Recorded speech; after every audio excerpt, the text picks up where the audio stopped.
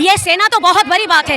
एक रेजिमेंट भी आगे अगर चाहे ना पाकिस्तान को तहस नहस कर देगा। और मान लो, छोड़ दो रेजिमेंट की बात भी छोड़ दो, जो मेरा भाई इंडियन आर्मी के लिए खाना बनाता है वो उसको भी अगर बोल दिया जाए ना, वो अंग्रेजी लेते लेते जाएगा, पाकिस्तान को खत्म करके आएगा। ऑपरेशन सिंदूर पे क्या बोलिए? ऑपरेशन सिंदूर पर मुझे यही कहना है कि मोदी जी जो बोलते हैं मोदी जी वही करते हैं, क्योंकि उन्होंने पहले भी कहा था कि हम लोग पूरे भारतवासी 140 करोड़ भारतवासी हम लोग एक परिवार है। तो उनके परिवार पर जब आँच आई है, उनकी बहू बेटी पे जब आँच आई है, बहू बेटी का सिंदूर जब उजड़ा है, आज उसी के नाते उन्होंने ये ऑपरेशन का नाम ही उन्होंने सिंदूर रख दिया है। और ये हम लोगों का सौभाग्य है कि उन्होंने इस प्रकार से सोचा है। सिंदूर का एक भारतीय नारी के लिए क्या है, सबसे बड़ी सिंदूर ही है हम लोगों के लिए।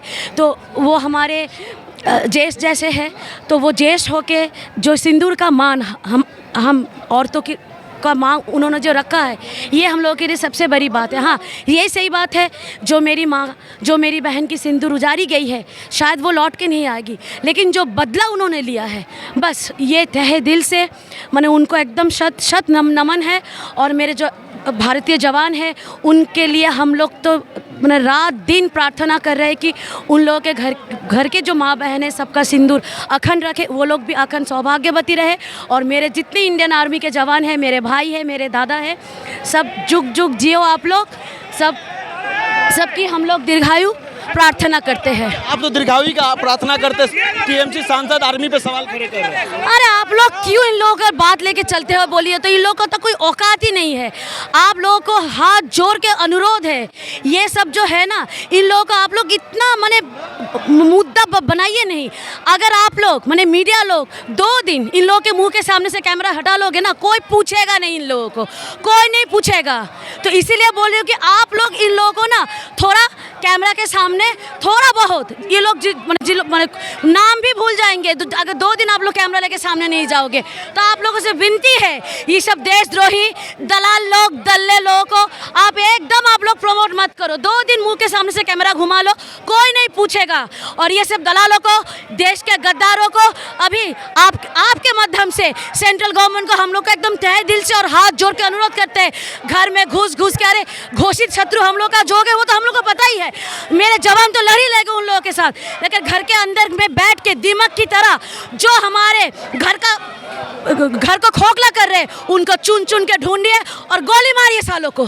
सीपीएम बोल रहा है पाकिस्तान का पानी क्यों बंद? अरे छोड़िए ना, ये लोग तो शून्य से महाशून्य में अभी ये लोग पहुंच जाएगा। तो किसका बात लेके आप लोग भी परे हुए हो?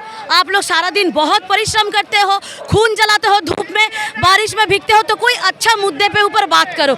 ये जो लोगों का कोई औकात ही नहीं, आप लोग क्यों बात करते हो उन लोगों को लेके? भारतीय का एक सेना जो था वो पाकिस्तान में था, उसको देश के नेताओं के द्वारा, देश के सैनिकों के द्वारा वापस लाया गया। मुख्यमंत्री कह रही है कि हम लाए। पाकिस्तानियों का औकात है? पाकिस्तान एक देश, उसका अबर सेना, वो अबर कैप्चर करेगा हम लोगों के जवानों को। अरे सुनो भाई, मेरा तो ये मानना है, ये सेना तो बहुत बड़ी बात है। एक रेजिमेंट भी आगे अगर चाहे ना पाकिस्तान को तहस नहस कर देगा। और मान लो, छोड़ दो रेजिमेंट की बात भी छोड़ दो, जो मेरा भाई इंडियन आर्मी के लिए खाना बनाता है, वो उसको भी अगर बोल दिया जाए ना, वो अंग्रेजी लेते लेते जाएगा, पाकिस्तान को खत्म करके आएगा। तो किस बात को लेके आप परे हो? अभिनंदन सर के टाइम पे आप लोगों को याद नहीं है, मुंह के बल आके छोड़ा था उसको।